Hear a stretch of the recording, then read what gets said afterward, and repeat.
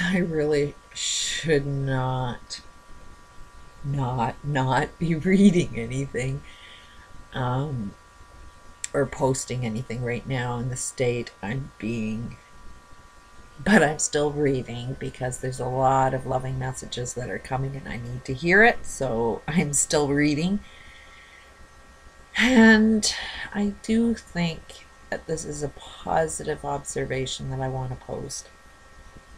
I am not a fan of Oprah.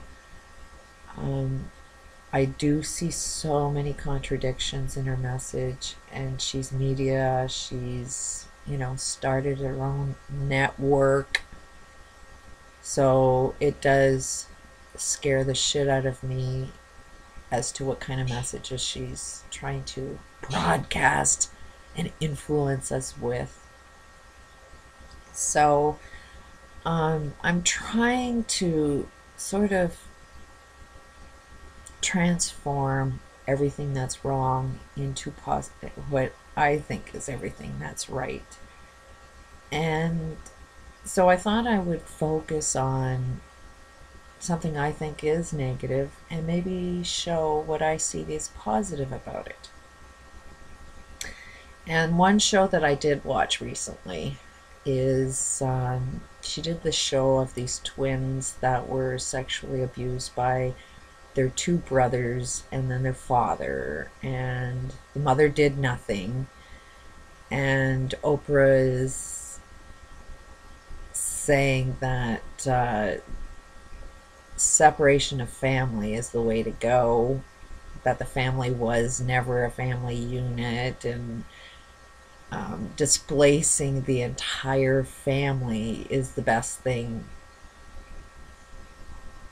for this family. And it's like, that seems to be what these leaders, what these motivational speakers are trying to influence, is the separation of family without recognizing what the hell is going on. Now, from my perspective, there was a young boy that started having sex with his sisters. It was wrong, but what influenced him?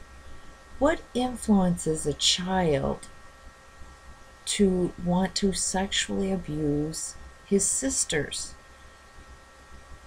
And to a great extent, it is our media, it is our leaders, it is these Oprahs, it is these Obamas, specifically Bill Clinton, who publicly let everybody know that he did not have sexual relations, that oral sex was not considered sex. So, any of these children that listened to our leaders thinking that they knew what was right, do you not think that that influenced our children to think that that was a good thing? For a leader to get a child to influence them to have sexual relations and then call it not sexual relations? Look at our media, look at all our commercials. They influence our children into the behaviors that they have. And then we're going to punish the kids after, we somehow recognize that their behavior is wrong. And we're going to jail them and say you are the one that's wrong. But we're never ever going to look at the causes of what created the behavior in the first place. And then a father, the only time he started having sex with his daughters, his twin daughters, is after he's seen that, oh, the boys are having sex with you? Did that not influence the father to say, maybe I can get away with it too? And then the mother, who everybody's criticizing her, and she's trying to say that she couldn't look at it, that she was too busy. She had 6 children and she was working, trying to feed the children.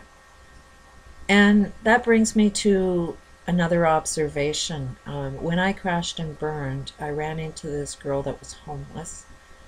She was about 14 at the time. I had like next to nothing, but there's no way in the world I'll ever see a child homeless. So I opened my doors, and she was heavily negative energy, a really negative influence on my daughter that I had to try and influence positive change while the world is telling me that, I'm not one to listen to. But, anyways, her story is that this mother had 4 children, did not receive any child support, and she had to financially feed and house her children. And in doing so, she needed to have 2 of her children in daycare while she worked. The only daycare she could find, as it turned out, they were locking 2 of her children in dog cages. And this went on from the time they were about 5 until they were 12 years old, and nobody would believe them. The mother would not listen to anything. She still, to this day, refuses to listen. So the other kids are normal. They have the best of everything, but the 2 children who were locked up were acting like caged animals. Their behaviors were very, very negative. But that negative behavior was because of how they were treated when they were children, and they were never heard.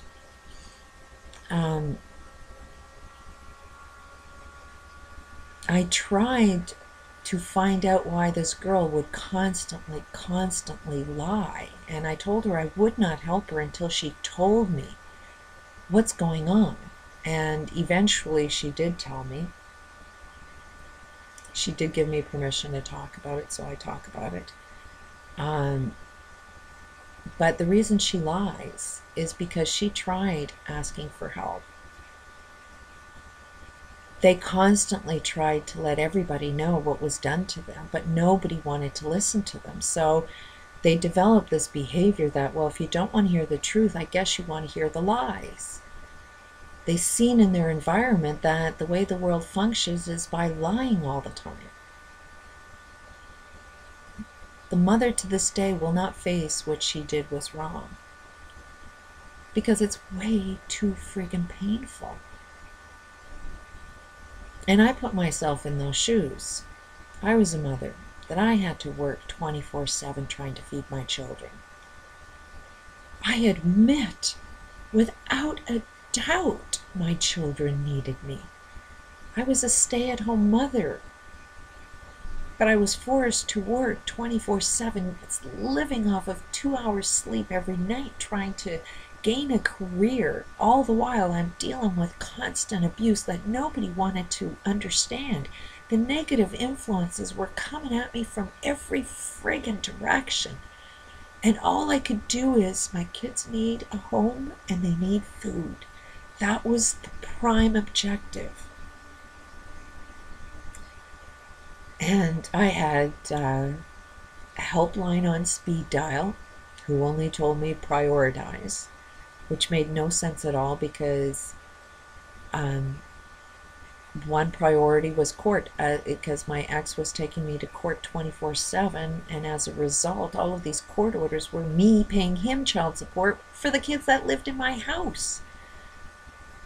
So I couldn't ignore court, otherwise any money that I was making trying to feed my children was going back in the pockets of this abusive man. So this court took my priority.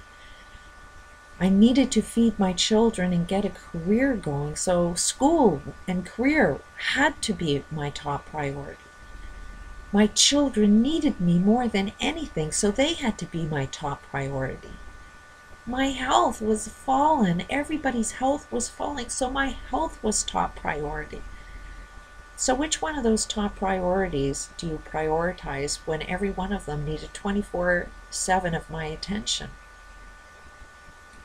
I don't see this mother that couldn't do anything. I don't see that she did anything wrong. I see that she was acting totally insane in a completely insane world. I see these kids, these brothers, this father acting completely insane in a completely insane world. And I'm seeing these two girls who should have never ever gone through that. The hate that they have now, the lack of understanding, the lack of compassion and forgiveness means they're doing exactly the same. They are never ever will bring their family back because they're going to be stuck in their pain. They're going to play out that game and won't even know it. So while I seen this negative show about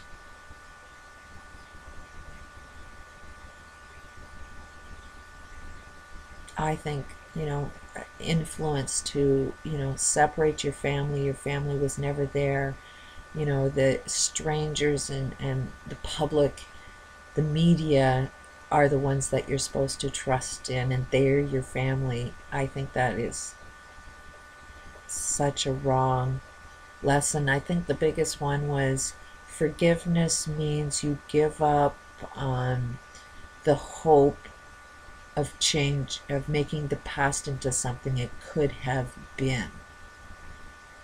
To me, it's like that's not forgiveness. To me, that is, if that's how we forgive, that's how we perpetuate everything. To me, forgiveness means you understand everything that has gone on. When you can forgive, like I can forgive my ex-husband,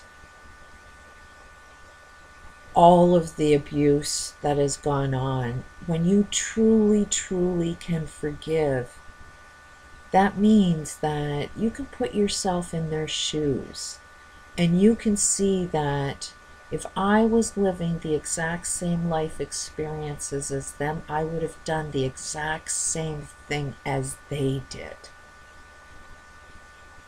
Only when you can put yourself in another person's shoes, walk the path that they walked, and see that you would have done the exact same thing, that's when you can forgive. And that's when you can see that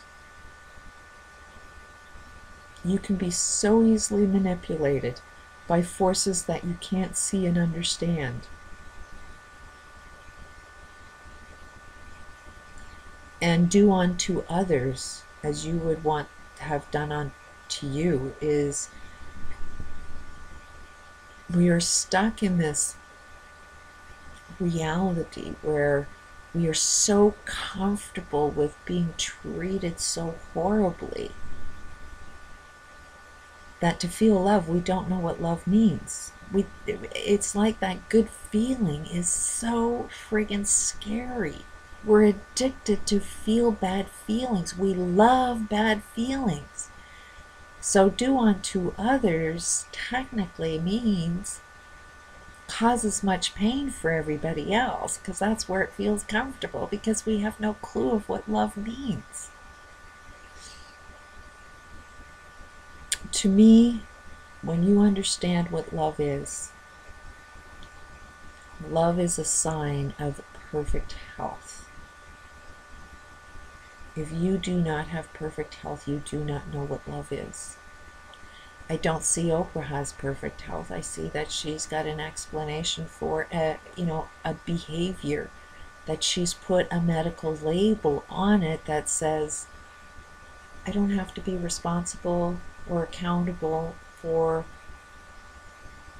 her weight issues. She's saying that it's a thyroid problem now, that it's out of her control. There's nothing that she could do. And it is like, as soon as we put these labels on a medical condition, it's almost like it wipes you out of any personal responsibility to create good health.